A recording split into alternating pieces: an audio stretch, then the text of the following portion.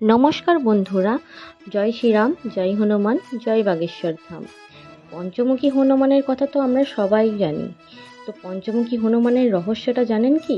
তো চলুন আজকে জেনে নিই পঞ্চমুখী হনুমানের রহস্যটা। তো রাম আর রাবণের যুদ্ধের কথাও আমরা অনেকে শুনেছি। তো এই রাম আর রাবণের যুদ্ধের সময় রাবণ তার পুত্র মহিরাবণকে ডেকে বলেছিলেন রাম লক্ষ্মণকে পাতালে লুকিয়ে রাখতে।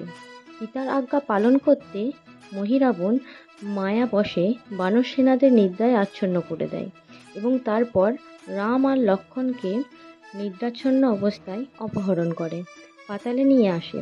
তারপর মায়াশক্তি কমে গেলে বিভীষণ বুঝতে পারে এটা মহিরাবণের কাজ। তখন পবনপুত্র হনুমান অনেক কষ্টে পাতালে প্রবেশ করে। পাতালে গিয়ে মা মহামায়া ভদ্রকালী রূপে দেখতে পায় এবং পবনপুত্র মাকে ডেকে বলেন প্রভু শ্রীরাম এবং লক্ষ্মণকে কিভাবে সেখান থেকে উদ্ধার করে নিয়ে যাবে।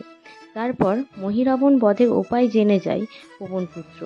মা ভদ্রকালীর সামনে 5টি প্রদীপ জ্বলন্ত অবস্থায় দেখতে পায় এবং জানতে পারে এই 5টা প্রদীপ যদি একসঙ্গে নেভাতে পারে তাহলে মহিরাবণ বধ হবে। তখন পবনপুত্র হনুমান পঞ্চমুখ ধারণ করে। পঞ্চমুখের মধ্যে সামনের মুখটি হনুমানের, যেটি কোটি কোটি সূর্যের সমান। দক্ষিণ দিকের মুখ নরসিংহ ভগবানের, যেটা উগ্র ভয়ঙ্কর রূপ, কিন্তু ভক্তের ভয় দূর করেন। পশ্চিম দিকের মুখ গরুড়ের, যেটি নাগের বিষ ভূত প্রেত দূর করে।